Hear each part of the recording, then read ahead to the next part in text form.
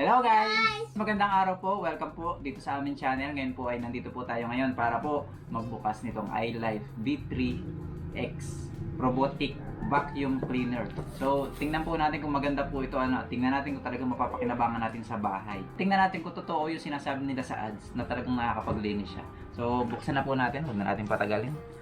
Ito na lang ilalo kasi nandito naman yung open. Check natin kung anong laman mga kaibigan, kasi hindi ko pa rin alam kung anong laman ito. So yan guys, after natin mabuksan is nandito na nga ang laman ng lahat ng nasa kahon.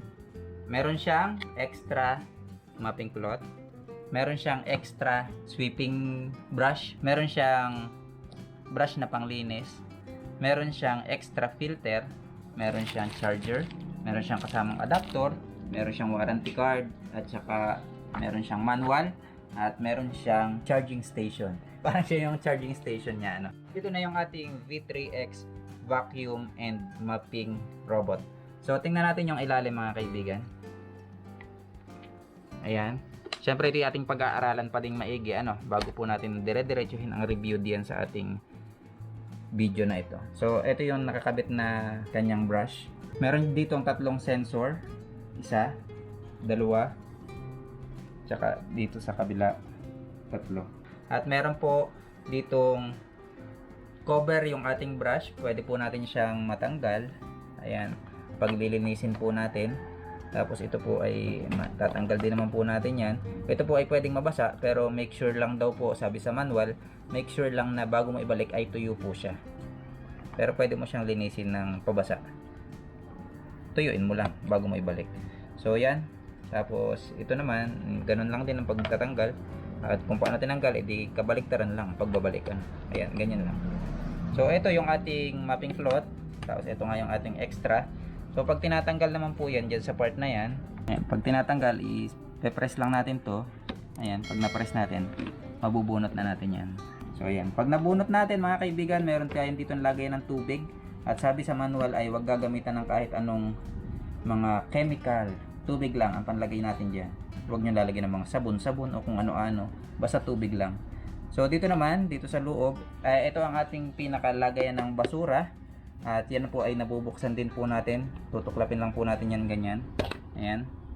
Pag naangat natin ganyan. Tapos sabi sa manual, ito rin daw po yung panlinis dyan. Babrush-brushin natin ganyan. Ayan. Tapos syempre, nandito naman sa ibabaw na part, yung kanyang filter. Nabubuksan natin yan mga kaibigan. Ayan, pag binuksan natin yan, ayan, ito yung kanyang sponge filter. At syempre ito yung kanyang isa, ito po yung extra.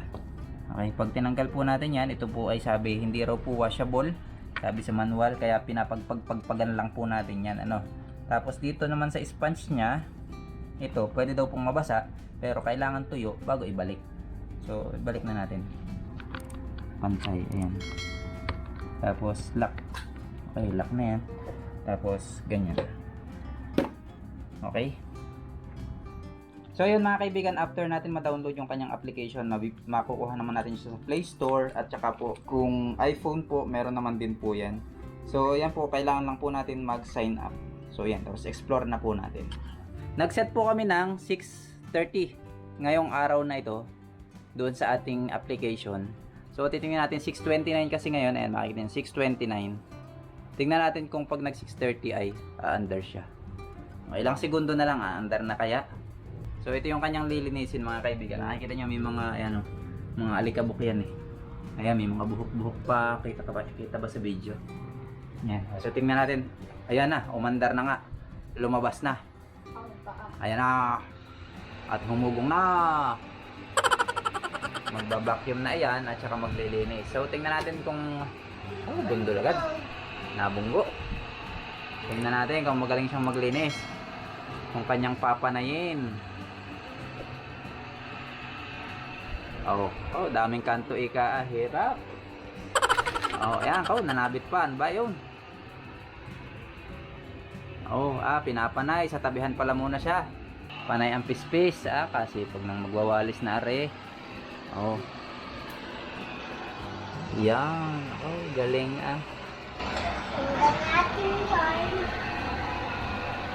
Wala. Sundan daw natin kasi baka mawala. Eh medyo basa yung dinaanan niya kasi 'di ba may tubig po 'yan. Titingnan natin kung mahuhulog din sa hagdan mamaya, no. Pag ay nahulog diyan, bulok.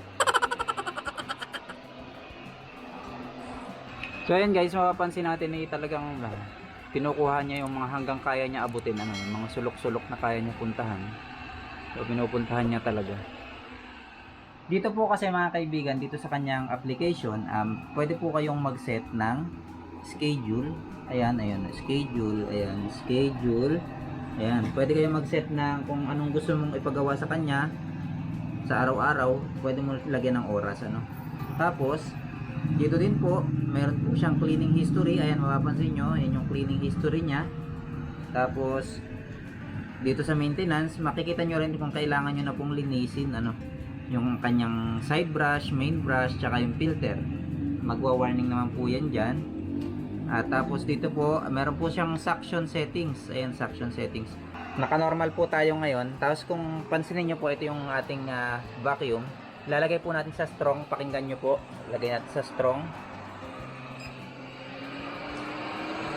Ayan. Medyo lumakas yung hugong niya kasi mas lumalakas yung higop niya ng mga dumi sa ating sahig, ano. Tapos pagka po kami, ang ginagamit namin lagi, ito is smart cleaning na lang para mas madaanan niyan lahat yung lugar na gusto natin ipalinis sa kanya. Ayan, adjustable po yung suction niya, pwedeng normal, quiet, or strong, or super strong. Ayan, yun po ang mga pagpipilian. So hindi naman ganun kadumi yung sahig namin, so normal lang po yung ginagamit kalimitan. Tapos meron po siyang carpet feature. Pwede mo pong i-on kung may carpet po yung inyong bahay. Lilinisin niya po yung inyong pong carpet. Ayun. Dito yung sinalim magpapespes. Ito yung malibag. Ito yung hindi naaabot ng walis nila. Ako maglilinis. Linis niya eh. Masipag nga eh. Natin, ayan, titingnan natin kung mahuhulog. Alalahin muna natin baka mahulog. Hindi pala. Hindi siya nahuhulog mga kaibigan. Ayan, magaling yan.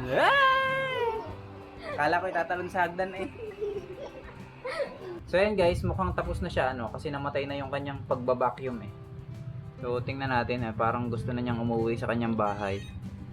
Kulilulik. Mali daw, mali. Hindi doon ang daan. Saan daw? Dini pala. Ayun pala. Pagkatapos niya maglinis, siya ay nauwi na raw. Ayun. Uwi sa bahay. Ayun, nag-charge na. Di-charging na siya ulit. Magaling nga ay. Very good. So tingnan natin kung gaano ka naman kadumi yung kanyang nakuha, ano. Tingnan mo natin yung dumi na nakuha niya.